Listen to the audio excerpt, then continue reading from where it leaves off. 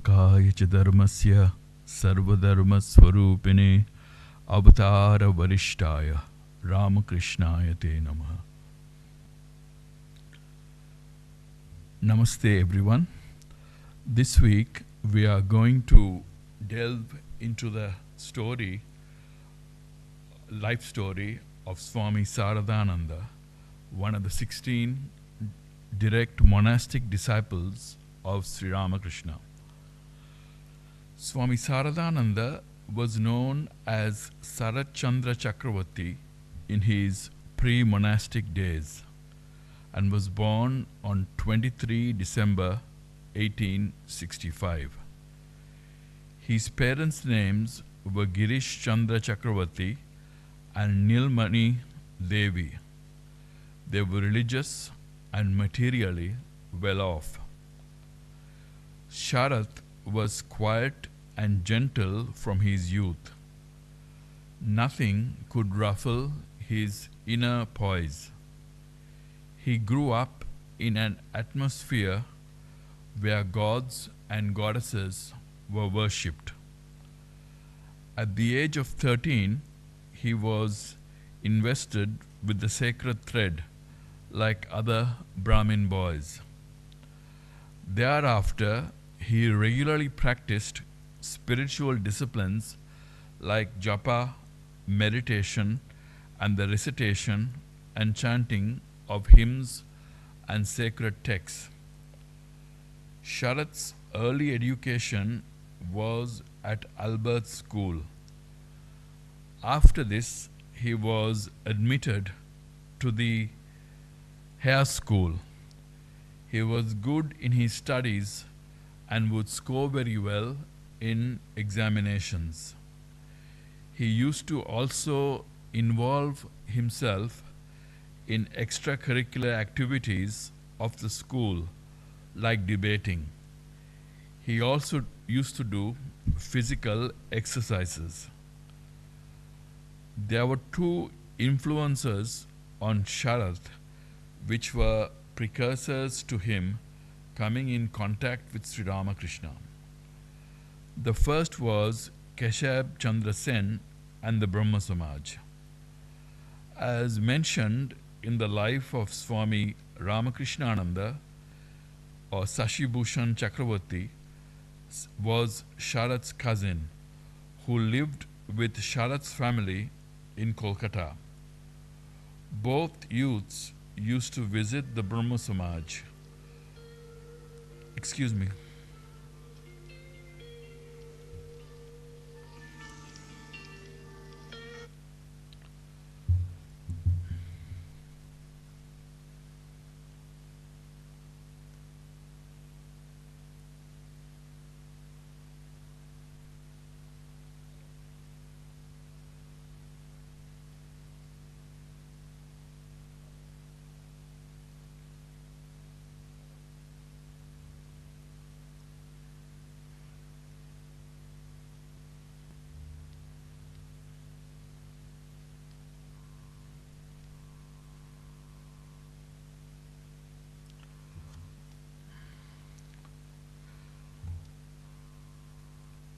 Both youths used to visit the Brahma Samaj and listen to the lectures of Keshab Chandra Sen and study the Brahmo literature.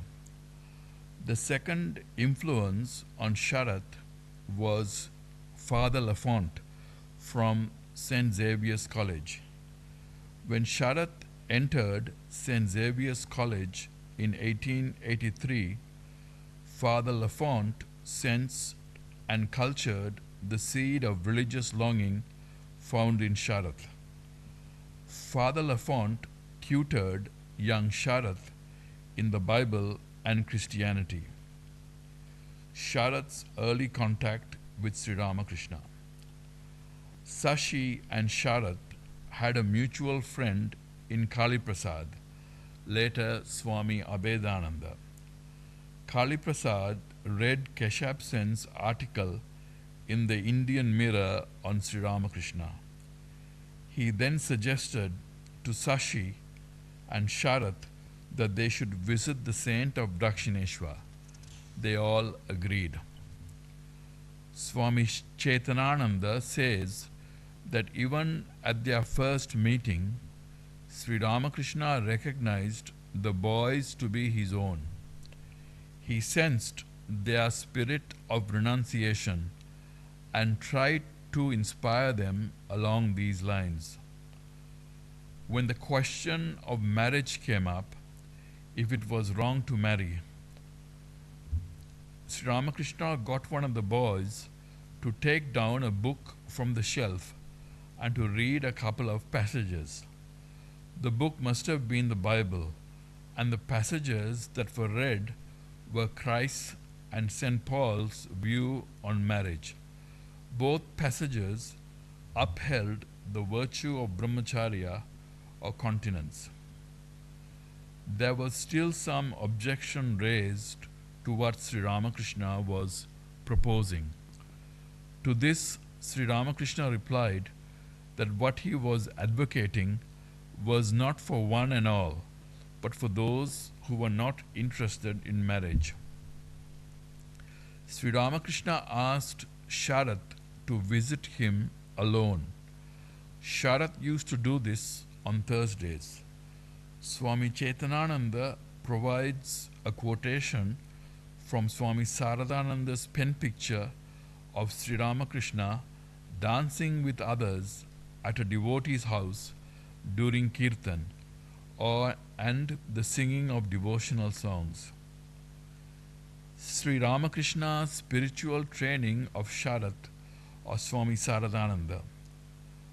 Once when Ganesha was being discussed by Sri Ramakrishna and others, Swami Saradananda said that the ideal represented by Ganesha appealed to him. To this, Sri Ramakrishna said that Ganesh was not his ideal. His, Sarat's ideal, was Shiva. Sri Ramakrishna said that in him, meaning Sharat, the dormant attributes of Shiva were manifested. Sri Ramakrishna said further to Sharat that to think of himself as Shiva and him, meaning Sri Ramakrishna, as his Sakti or the ultimate repository of all power. Sharat not only began visiting Sri Ramakrishna regularly, but also spent the night with him, like the other aspiring monastics. Sri Ramakrishna would instruct these disciples on meditation and send them to different parts of the temple to practice meditation during the night. On one of these occasions, Sharat was not able to meditate. He frankly revealed this to Sri Ramakrishna. Sri Ramakrishna then pressed his index finger between Sharat's eyebrows. After this, Sharat's mind became calm. Once Sri Ramakrishna asked Sarat, "How would you like to realize God? What divine vision do you wish to see in meditation?" Sarat replied that he did not want to see any particular form of God in meditation. Rather, he wanted to see God in all beings. "I do not like visions." To this, Sri Ramakrishna replied, quote, "This is the last word in spiritual attainment. You cannot have it all at once." End quote. Sarat then said, quote, "But I won't be satisfied with anything short of that. I shall strive my best until I am able to attain it." Then Sri Ramakrishna relented, "Yes, you will attain it." On another occasion, Sri Ramakrishna asked Sarat whom he loved the most. Sharat replied that he didn't think he loved anyone. To this, Sri Ramakrishna replied, "Oh, what a dry rascal you are."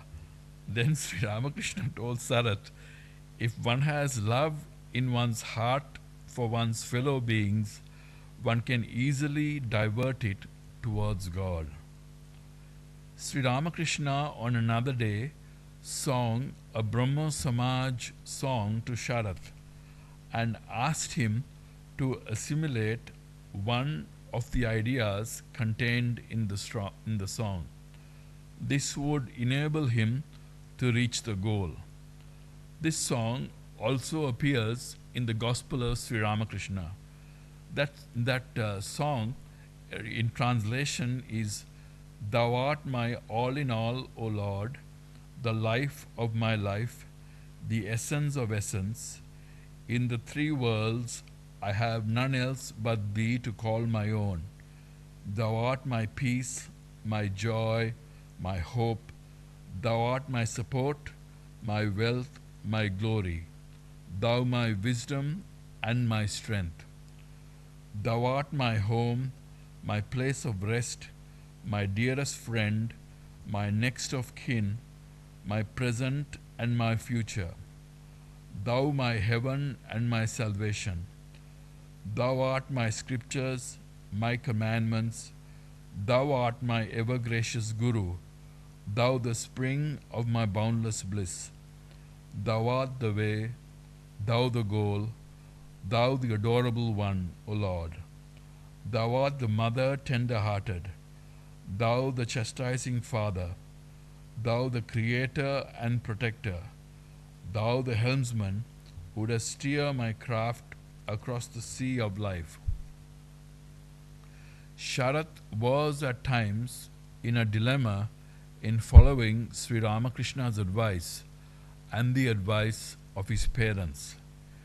In 1885, Sarat passed his first arts examination. He was being pressured by his father to study medicine so that he could help his father at his pharmacy. Sarat had no interest in becoming a pharmacist or a doctor. Narendra advised Sarat to enroll in the Calcutta Medical College. But the dilemma that Sharat faced was that Sri Ramakrishna used to say that he would not accept food from those who practice law or medicine. Those who practice law or medicine. To make things complicated, Sharat's sister used to cook food for Sri Ramakrishna, which Sarat used to carry to Dakshineshwar. Sri Ramakrishna, when he found out that Sarat was enrolled to study medicine, told him point blank that if he became a doctor, he would not be able to accept food from his own hands. After narrating this, Swami Chetanananda says that Sri Ramakrishna resolved this conflict in Sharat's mind. One day, Sri Ramakrishna asked Sharat, after praising Yanganaren, to visit and talk to him.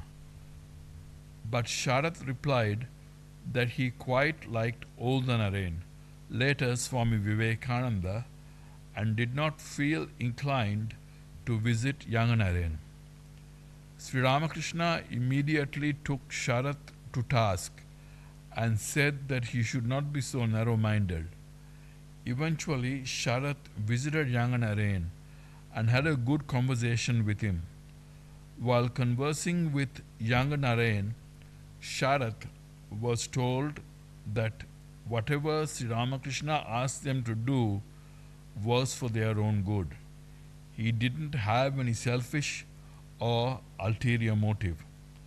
After this, Sharat gave up his medical studies and served Sri Ramakrishna around the clock at Shampukur and Kosipur. Serving Sri Ramakrishna at Shampukur and Kosipur.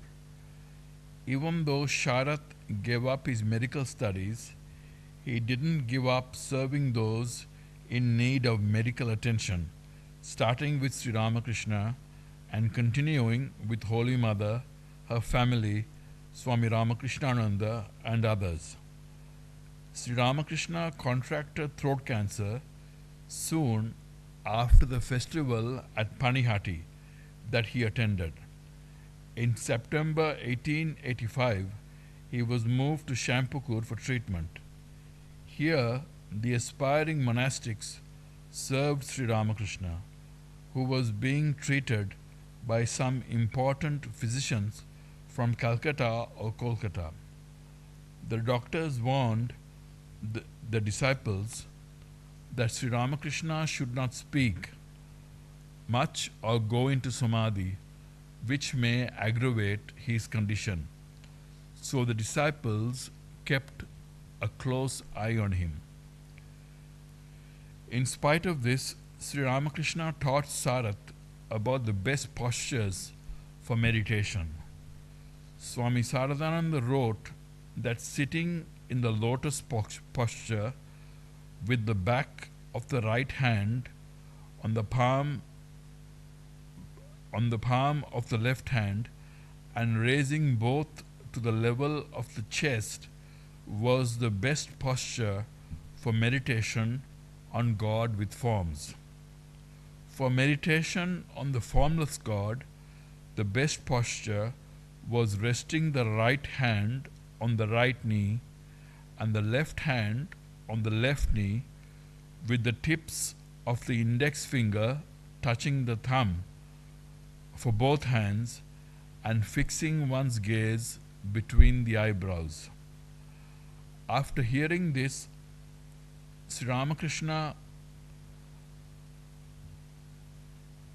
Sharath asked Sri Ramakrishna why he had taught all this to him.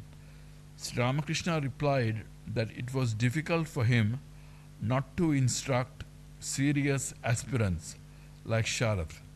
Sharath was touched by Sri Ramakrishna's concern for his disciples.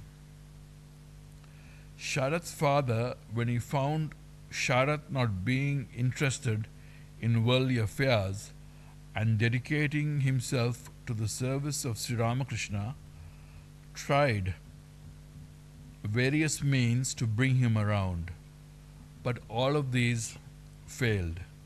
Initially, Sarath stayed at home and served Sri Ramakrishna. Thereafter, he stayed at Kasipur with Sri Ramakrishna and the other monastic aspirants. But gradually, Sharath's mother and brothers, like Charuchandra, became devoted to Sri Ramakrishna.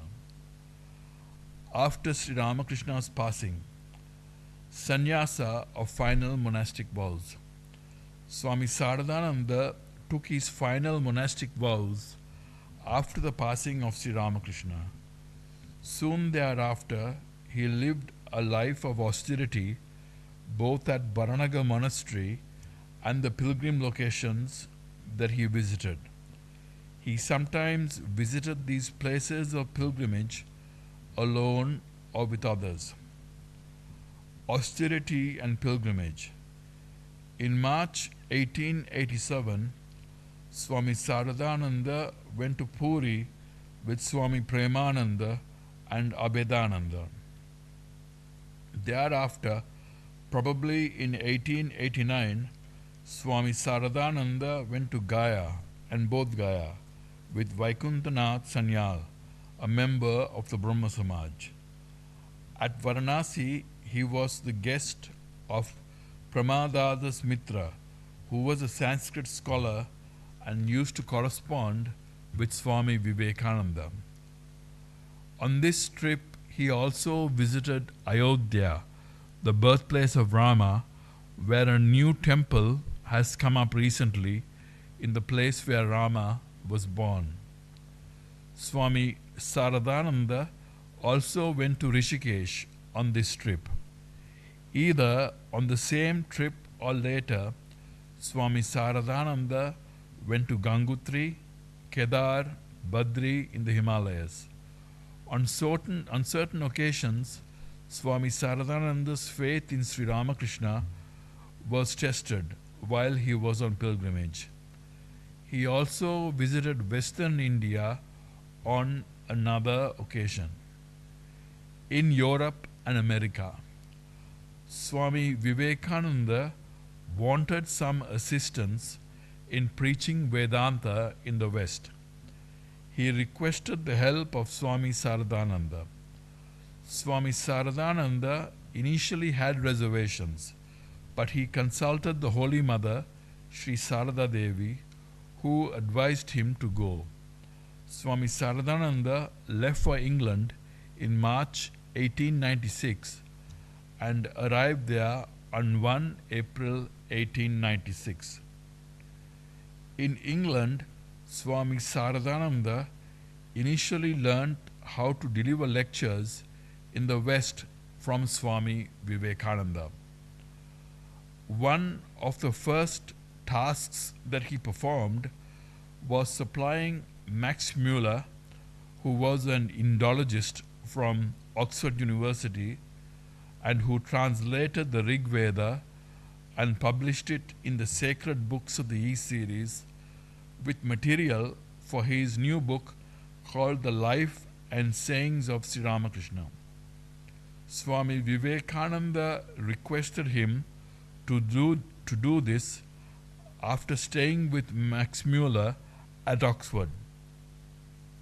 Prior to this, Max Muller had published an article on Sri Ramakrishna called The Real Mahatman in the journal called 19th Century. According to Swami Saradananda, Max Muller didn't make any alterations to the manuscript that he had prepared. After this, at the behest of Swami Vivekananda, Swami Saradananda went to America. He took classes on Vedanta initially in New York. Later he was invited to lecture at the Greenacre Conference of Comparative Religions in Maine.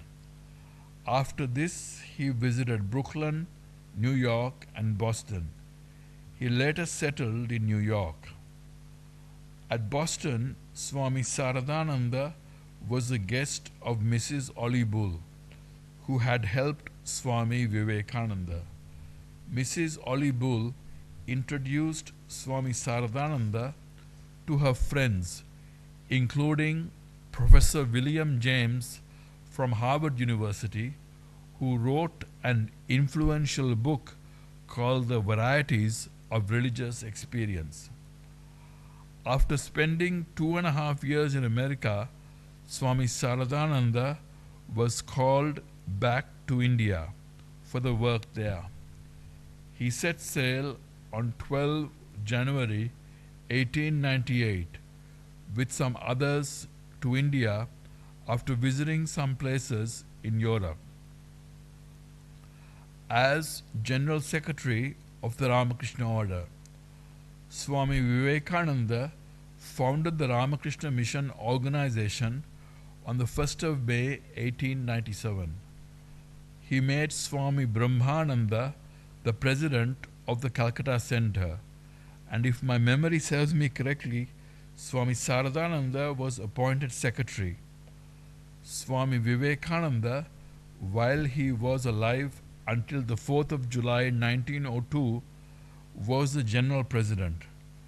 For nearly 3 decades, between 1897 and 1927, Swami Saradananda remained the chief executive officer, now called General Secretary of the Ramakrishna Mission.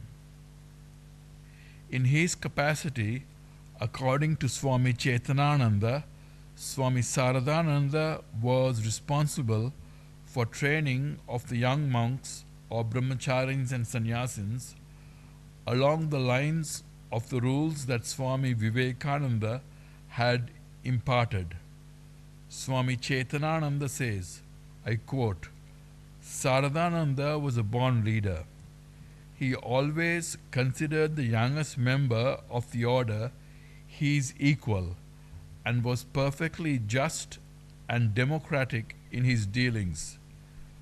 Whenever there was a lack of servants in the monastery, he would offer to share the menial and domestic chores along with the younger members. He never judged anyone or anything without considering all sides. hasty judgments or decisions were foreign to his nature. This, of course, stood him in good stead as the executive head of the order. Everyone was sure to get a hearing from him. He never listened to slander. He followed Swamiji's instructions to allow slander to enter one ear only to throw it out of the other. End quote. An example of Swami Saradananda training the young monks was when Swami Vivekananda left for his second trip to the West in June 1898. During this time, Swami Saradananda held scriptural classes and inspired the young monks to perform japa and meditation. On one occasion, he held a japa yajna, which was monks practicing japa and meditation the whole night by taking it in turns to sit in the shrine for 1 hour or so. Swami Saradananda also travelled while he was General Secretary. In December 1899, he was invited to lecture in East Bengal, now Bangladesh, particularly Dhaka, Narayanganj and Borishal. On this visit, Swami Saradananda visited Durga Charan Nag, who Sri Ramakrishna said was a personification of humility. He also met Ashwini Kumar Datta, an orator and devotee of Sri Ramakrishna. There was an instructive comment made by Swami Saradananda about lecturing in the Ramakrishna order. Once Ashwini Kumar Datta was using oratory techniques like using his arms and facial expressions to convince the audience of his arguments. Swami Saradananda, on the other hand, did not do this and was asked about this. To this, Swami Saradananda replied, "To move one's hands and use facial gestures are great arts of oratory, and most speakers use those to make their lectures impressive." But Swamiji did not like it. He said, during a lecture, one should remove one's ego and stand in front of the Master humbly and calmly. He will make you speak whatever he wants, and he himself will listen to it. Thus, when one speaks, surrendering fully, then only the lecture carries the message of God. End quote. Swami Saradananda said that he had that bad habit previously, but Swamiji had corrected him. Another instance related to the effacing of the ego was expressed by Swami Saradananda. This occurred when someone asked Swami Saradananda to speak about Sri Ramakrishna. Swami Saradananda said, "It is futile to try to understand the Master as long as one has a little bit of ego. The more I grow, the more I see that I could not understand the Master. Only Swamiji and Nag Mahashaya understood him to some extent. We are his servants. We are trying to obey his orders. I shall understand him when he makes me understand out of his mercy. I get scared when I speak about the Master." Even Swamiji said, "Unknowingly, trying to make the Master great, I may make him small." When a person like Swamiji speaks this way, what to speak of others? Meditate on the Master, and he will undoubtedly reveal himself unto you. Have faith, how little we have understood the Infinite Master. During this period, Swami Saradananda also practiced Tantric sadhana after obtaining permission from Holy Mother and Swami Brahmananda under his uncle Ishwar Chandra Chakravarti. After this, he wrote a book entitled Bharater Sakti Puja, or Mother Worship in India. He also took over the editorial and managerial duties of the Udbodhan magazine, which was previously edited by Swami Trigunatitananda when he was sent to America. He also showed great presence of mind, being unruffled when he was scolded by Swami Vivekananda for one reason or another. During the final days of his life, during and after Swami Vivekananda passed away, Swami Saradananda had to shoulder more responsibility of the organization. When Swami Saradananda was the secretary or general secretary, he had to face many problems. One of the problems was trying to protect the fledgling Ramakrishna mission from the British government. The Ramakrishna mission got into the bad books of the British government for two reasons. First, because political revolutionaries started joining the Ramakrishna mission. These revolutionaries were trying to free India from British rule. And secondly, other revolutionaries reading Swami Vivekananda's literature.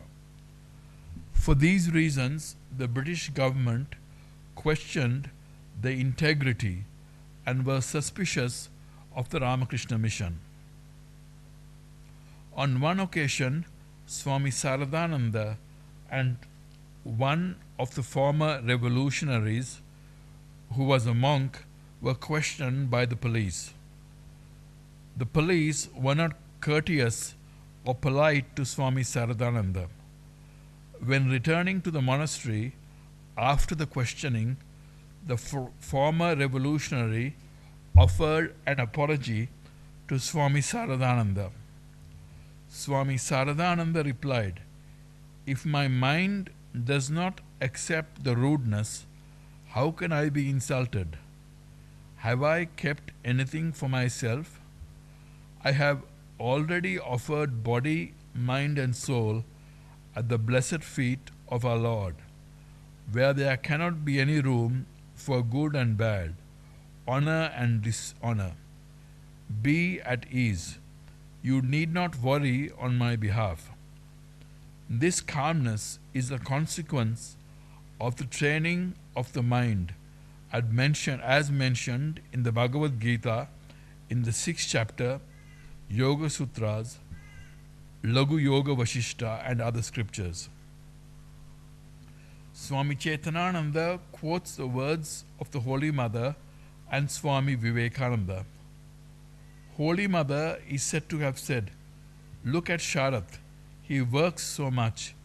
He faces so many problems, yet he remains calm and never complains. He is a sadhu, a holy man. Why does he undergo all these things? If he wishes, he can remain absorbed in God day and night. It is only for your good that he is living on this earthly plane." Swami Vivekananda is said to have said, "The master brought Sarath for his work." Swami Saradananda serving Holy Mother. Swami Saradananda bore the responsibility for the Holy Mother and her family after Swami Yogananda passed away and Swami Trigunatitananda went to America. Bearing the responsibility took many forms. First, was purchasing a property where the Holy Mother could live whenever she came to Kolkata from Jarambati. This was the Mother's house, which also housed the Udbodhan. The Udbodhan was and continues to be a monthly magazine of the Ramakrishna order, apart from being the Bengali publishing house. Swami Saradananda had to take out a loan for purchasing this property. The Holy Mother moved into this address on 23 May 1909. Second, Swami Saradananda nursed or made arrangements for nursing of the mother's family, like a younger brother who was on his deathbed and niece known as Radhu when they fell ill. Third, he looked after Holy Mother when she fell ill and needed medical attention in Kolkata or Jarambati. Indeed, Swami Saradananda considered himself to be the mother's gatekeeper, literally and metaphorically, as he occupied the room beside the main entrance to the mother's house in Kolkata. Swami Saradananda as the biographer of Sri Ramakrishna. Swami Saradananda is perhaps the most important biographer of Sri Ramakrishna. He was compelled to write Sri Ramakrishna Leela Prasanga in Bengali, translated as Sri Ramakrishna the Great Master or Sri Ramakrishna and his Divine Play, as there were anomalies in the publications that followed Sri Ramakrishna's passing away, and to generate some income to pay off the mortgage on mother's house. When Swami Saradananda was questioned by one of his attendants on whether he had experienced Nirvikalpa Samadhi, Swami Saradananda replied, "Read the chapter on Samadhi in Sri Ramakrishna the Great Master. I have not written anything about Samadhi without experiencing it myself." Swami Saradananda, when he wrote his biography, followed a very strict routine. Swami Chetanananda gives a pen picture of his routine. After getting up in the morning and finishing his bath and the like, Swami Saradananda would go to the shrine. After being in the shrine and saluting Sri Ramakrishna, he would proceed to offer his salutations to Holy Mother. At 7 a.m., he would go downstairs and sit to write for hours together in the same place. Then he would have his lunch at 1:30 p.m. and rest for about an hour and a half. Later he would write again. After this, in the evening, he would meet the devotees. This routine was sometimes changed when he would have to visit Belur Math across the Ganga. Swami Saradananda dealing with atheists. Once, two scientists came to the Udbodhan to see Swami Saradananda. One of them asked if God exists. The Swami replied, "Yes." Then he asked, "What is the proof that God exists?" To this the Swami replied, "The words of the rishis, seers of truth. After experiencing God, they proclaimed that God exists." Then the scientist replied that there is a possibility of them making mistakes. Swami Saradananda replied, "Is it possible that all sages have made mistakes?" Then the scientist said, "I will not believe it until I experience God myself." Then Swami Saradananda said, "Very well, is it possible that you will only believe after seeing everything for yourself? Suppose you have never been to England. You will have to know about England from those who have visited it. Although you haven't seen it, you cannot deny the existence of England. Likewise, God exists. You will have to trust the judgment of those who have seen him. After seeing God, Sri Ramakrishna said to all, I have seen God. You can also see him through spiritual disciplines and longing. In this scientific age, the Master came to dispel the doubts of the people by demonstrating religion. At Varanasi, Swami Saradananda was asked, we do not see God. How can we love him without seeing him?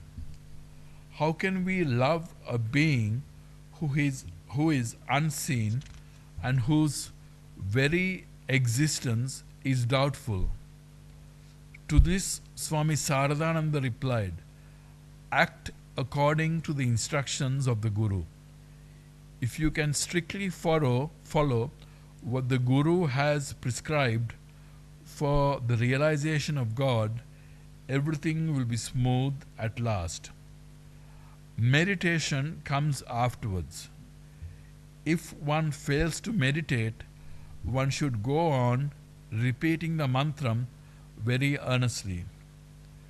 Do you know what the Guru has instructed you? Who practices even half of what the Guru has instructed? If you practice, surely you will get the result. Do you know the Purascharana of the mantram? It means a mantram becomes conscious, kinetic, when you repeat it 100,000 times a day. The repetition of the mantram in a proper spirit even once purifies the mind. Instantly the mind fills with delight and becomes blissful. Spiritual instructions of Swami Saradananda on working selflessly. As mentioned earlier, as Secretary or General Secretary, Swami Saradananda had to shoulder the responsibility of training the monks. Once Swami Pavitrananda asked Swami Saradananda about working in the Sangha or Karma Yoga. His question was that when he works for the organization, he doesn't feel that he is working for Sri Ramakrishna. Swami Saradananda calmly said, don't you think that it is not your work? Swami Pavitrananda answered, yes, I do. It is not my work. I am just following your order. I do whatever you ask me to do. Then Swami Saradananda replied, that is enough. On another occasion in Puri, Swami Saradananda said, look, after doing such voluminous work in my life, I have this knowledge that we do nothing. We are mere instruments. Everything happens according to the will of the Master. Previously, I used to think that without me, this particular work would suffer. During my absence, who would do this work? Now I see, for want of anybody, the Master's work will not stop. C. Ritualistic bath before doing japa. Once someone asked Swami Saradananda if one has to take a bath before performing japa. To this, Swami Saradananda replied, the Master came to make religion easy. People were being crushed under the weight of rules and regulations. To repeat the Lord's name or to worship Him, no special time or place is necessary. In whatever condition one may be, one can take His name. The Master never gave too much importance to these external observances. As to means, adopt whichever suits you best. If you like God with form, that will also lead you to the goal. If you like God without form, well and good. Stick to it and you will progress. If you doubt his very existence, then better put the question to him thus: I do not know whether you exist or not, whether you are formless or have form. Do please grant that I may know your real nature. On the need for working, reading, and meditating. On another occasion, Swami Saradananda told Swami Nikhilananda, it is good to be active, but it depends on several factors. Your health must be good, and you must be able to get along with your fellow workers. But suppose you have injured one of your limbs, then it would be difficult for you to work. Therefore, I request you to cultivate the habit of reading. Even that is not enough. Suppose you become blind, then it is good that you also practice meditation, so that if you cannot read or work, you can at least meditate. After quoting this, Swami Chaitanananda says, the secrets of Saradananda's great success in his active life were his humility and his respect for the human dignity of others.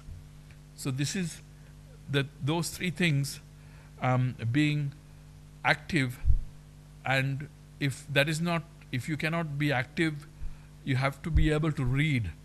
And if you cannot read because you get blind or you have some problem with your eyes, then you have to be able to meditate.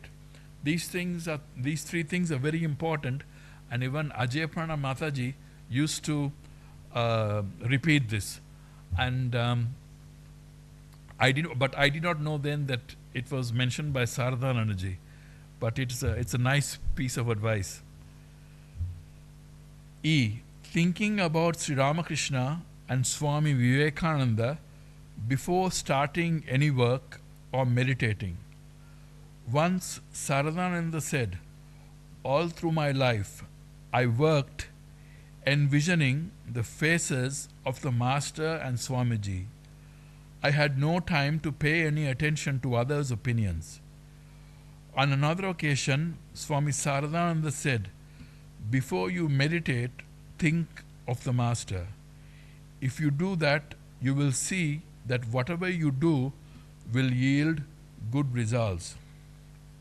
Sometimes think that He is in everything and He exists everywhere, that you are, as it were, immersed in Him, even as a pot is immersed in the ocean. Think thus: the supreme state of all pervading deity and sages realized for all time, like the sky extending as far as sight can go. He knows everything about you. You cannot hide anything from Him. He knows even your innermost thoughts. F. Swami Saradananda, on being questioned on the mechanical nature of following a routine. If you follow the same routine every day, it is only natural that you should feel mechanical or so sometimes. But then, on those days, when you like any particular portion of sadhana, devote yourself to that and let the other parts go. In this way, you may perhaps be neglecting a particular practice for 3 or 4 days at a stretch, but that does not matter. When you renew these practices, you will find delight in them. Of course, one is much benefited by regular practice. If one practices regularly for some time every day, one gains strength and finds pleasure in spiritual practices. G. On finding joy in studying about Sri Ramakrishna, or the difference between intellectualism and spiritual inquiry. A disciple once complained to Swami Saradananda that he wasn't finding joy in reading and studying about Sri Ramakrishna. in spite of having read much. To this Swami Saradananda replied, to find joy in anything, the brain and the heart must unite. Through mere intellectualism, one does not get joy. Everything becomes lifeless. If what you have read about the Master also appeals to your heart, only then will you delight in thinking about his life. He will then seem to be living. H. Swami Saradananda being questioned by monastics in Varanasi in January 1925.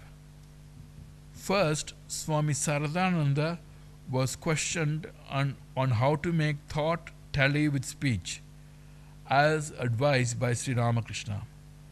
To this, Swami Saradananda replied that one must be sincere, and the inner life should tally with the outer life. Swami Saradananda continued, "Do you think it is so easy? We chant the name of the Lord very superficially. We say, 'O Lord, I am your servant, you are my master, I have renounced everything for you, I call you, Lord, please grant me your vision.' And at the same time we harbor bad thoughts in the mind. It does not work. As you speak, so you must think. In other words, while you take the name of the Lord, think of him alone." Illness and Mahasamadhi. During the latter part of his life, Swami Saradananda was in poor health. He suffered from diabetes, high blood pressure, and rheumatism. He continued to spend more time in japa and meditation, in spite of being advised by his doctor to the contrary. One of his attendants also asked him why a person like him had to meditate for so long. To this, Swami Saradananda replied, "The call has come. I am preparing for the great journey. Now meditation is the food of my life, and chanting his name the source of my delight."